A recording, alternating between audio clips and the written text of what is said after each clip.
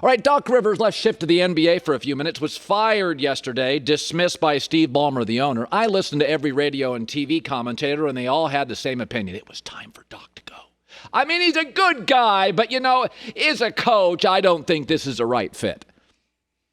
There's a couple of halves in sports. I'm going to defend Doc Rivers here. In the NFL, Andy Reid got fired. So did Pete Carroll twice and Bill Belichick because they didn't have what you need in the NFL, a top quarterback to win rings.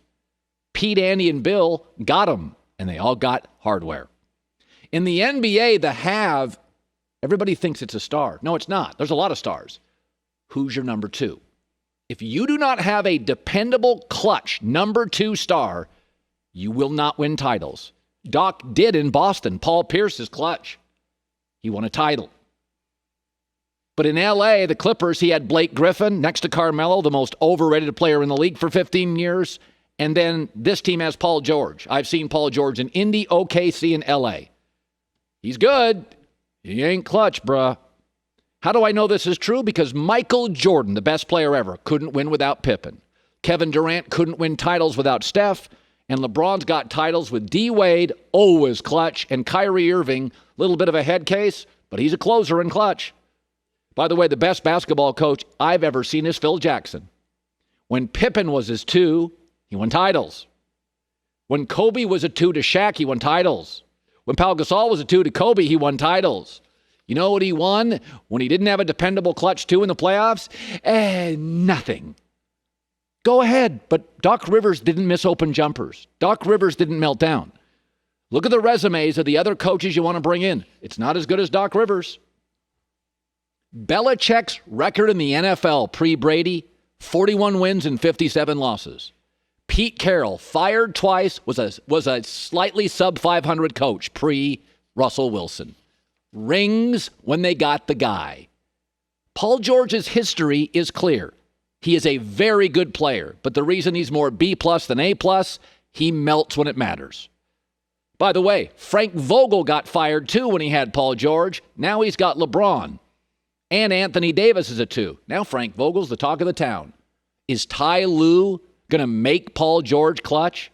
Sort of like Mike D'Antoni's going to make Russell Westbrook clutch? In the NFL, you got to have a quarterback or you end up being a TV broadcaster. You end up being Herm Edwards. You go to television, you're great. You go to college, you do a great job. But you're not coaching in the NFL very long if you don't have a quarterback. Especially in the last 7 to 10 years. The game has changed, man. Used to be able to win with defense. They changed all the rules now. It's pinball out there. Everybody bouncing around, can't hit anybody. The rules have all changed. Maybe you could do it 20 years ago. You can't now. And in the NBA, it's not just about the star. Michael was a star and didn't win anything. He didn't win anything until he had Pippen. You got to have a two. Doc had it in Boston and won. Should have won a second championship. Got to a game 7 and, Meta World, talked to a psychologist. He told us hit a jumper and it's all history. But go ahead, bang on Doc. But when he had a two, he won. And when Pete didn't have a quarterback, he was fired Pete Carroll in New England and fired Pete Carroll in New York. And Pete Carroll was 14 and 18 in Seattle, and they were ready to run him out of town as he had Matt Flynn in the locker room ready to take the Seahawks out. Then something called Russell Wilson happened, just like something called Paul George happened in L.A.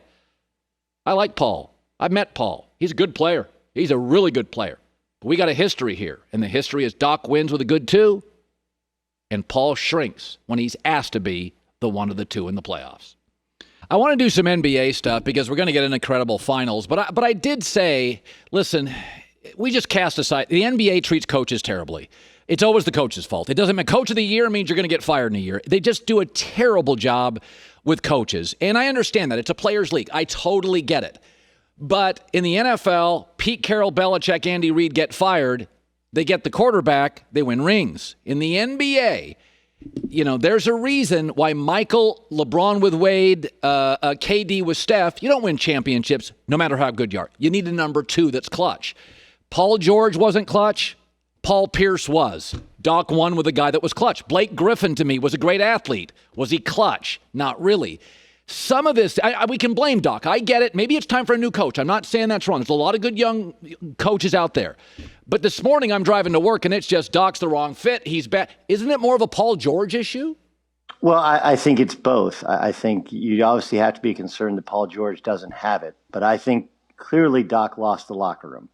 And whether he lost the locker room because of treating Paul George as if he's Kawhi Leonard or because of his substitution pattern. Look, I think the front office, which did a very smart thing in terms of building the team, I think adding Reggie Jackson late was a mistake. I think they went after, Markieff Morris because they had to have, another stretch big. Look, it wasn't the perfectly constructed team because your leader is kind of mute, right? Like Kawhi Leonard's never been a verbal leader. Paul George, who wants to be a verbal leader, isn't viewed as a leader in the locker room. They didn't have a point guard. That's why they wanted Darren Collison in the offseason, and they never really solved that. I don't think they handled quarantine well in that once they got down to Orlando, everyone wasn't there. They had the Lou Williams situation, which was frankly an embarrassment to the league, but especially to the Clippers, right? If you're here to win a championship, you don't stop at a strip club on the way back to the airport. Pretty simple. So they have a bunch of issues. But Doc Rivers was supposed to be the guy that controlled it all, had complete control and respect within the locker room. And obviously that wasn't the feelings on the exit interviews. And that's why a change has to be made. The problem becomes to win in the NBA, you have to have the respect of the locker room. To have the respect of the locker room, you have to have one in the NBA. So that really limits their pool to Ty Lue and I guess Jeff Van Gundy. Other than that, there's really no one else they can reach out to. So LeBron makes his 10th final with his 5th head coach. Unlike Michael Jordan, every team he leaves, even the well-run ones like Miami, disintegrate for at least a while. Michael left the Bulls. They were still excellent. I remember watching those teams, and they're a call away from the NBA Finals. I said yesterday, I looked at this Laker roster, and I said, it reminds me of the Pelicans if you take LeBron out of it, except they had Drew Holiday, who's an all-star, and AD. I look at this roster. If you took LeBron out of the Lakers, you're going to do this thing. You're going to do this thing that Jordan couldn't. Well, no. They didn't play the Clippers. Okay? No, I know, but I've just asked this. The Warriors took the season off. You have your head on backwards. I can't take it totally seriously. Okay, if you take. By the way, I posted like 10 different quarterbacks, inclling Russell Wilson. I didn't see wearing them. his hat backwards at the podium, and you still won't get off of this hat backwards. By the way, if Aaron wore it forward, he'd have more Super Bowls. Back to LeBron. If LeBron is off this roster, let's just take this roster. Rondo. That's not how it works. That's not how it works. Yeah, but how good would they be? Listen, if you want to really break down if you want to do the anti-Nick Wright thing, here's the truth. When he went to Miami, it wasn't just that they built a superpower Miami. It's that you took two other playoff teams, the Cleveland Cavaliers and the Toronto Raptors, and you took their best players off of them and put them onto the Miami Heat. So, of course, you not only created a super team, but you created no competition in the East outside of Boston, who was over the hill. Right? Okay. So then you go to the Lakers and the Warriors took the season off. There's no other real legit competition outside of the Clippers who he didn't play. And you took the best player off the Pelicans. Look, I think LeBron is the MVP of the entire league in the regular season.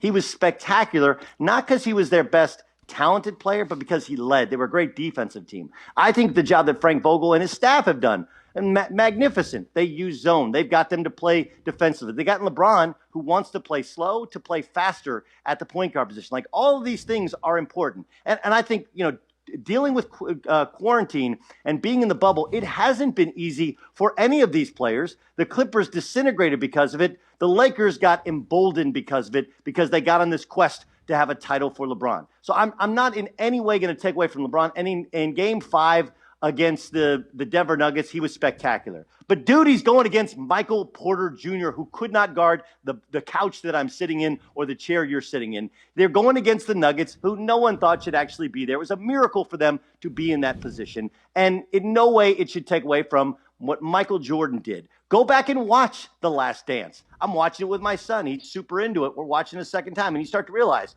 Rodman was over the hill. Scottie Pippen was not healthy that entire season and didn't play most of the year. And they went through a much more talented Indiana Pacers team and found a way to survive and get to the finals, where he had the last 6 points and the big steal. He was the league. He was the best player in the league, led the league in scoring, first team All NBA, first team All Defense. He's the exact same age as LeBron James right now. And yes, he would have done quite fine with the Lakers. It shouldn't take away from LeBron, but we can't take away from LeBron to build up Jordan. We shouldn't take away from Jordan to build up LeBron. All I know is when you get to the finals with 5 different coaches, that's unbelievable to me. No, but he's spectacular. Okay, he's spectacular. Let's be honest. He did it in the East, which was weak. And I know Nick Wright's coming at me with he did it in the West. Like, yeah, but they didn't play the Clippers. And the Warriors didn't play this year. So I'm not trying to take away from what they've done. I think it is magnificent considering where they were last year. Complete dysfunction. We should also point out he was part of that dysfunction, showing up at the game with a glass of wine, buzzing, trying to trade away his teammates, not sitting with them, right? Like, he was part of the problem, and he's become the biggest part of the solution heading forward. It's a great story, but it has to be told in the proper context. By the way, turn your hat around and see what it looks like. Now, let Joey, you be the judge. Now, it's Oklahoma State, great program. Now, look at that. Now, that looks like a starting third baseman, an all-star third baseman. That looks like a guy that plays third base for Oklahoma State Cowboys and is actually very, very good. Now, turn it the other way one more time. That's a middle reliever who can't get in. Tell me I'm wrong on that. Did you see how handsome he looked when he turned it? Did you wear it on backwards on purpose, Doug? Of course he did. Of course. Well, first, I actually wear my hat backwards, like most human beings that are under the age of 60. That cuts Colin out.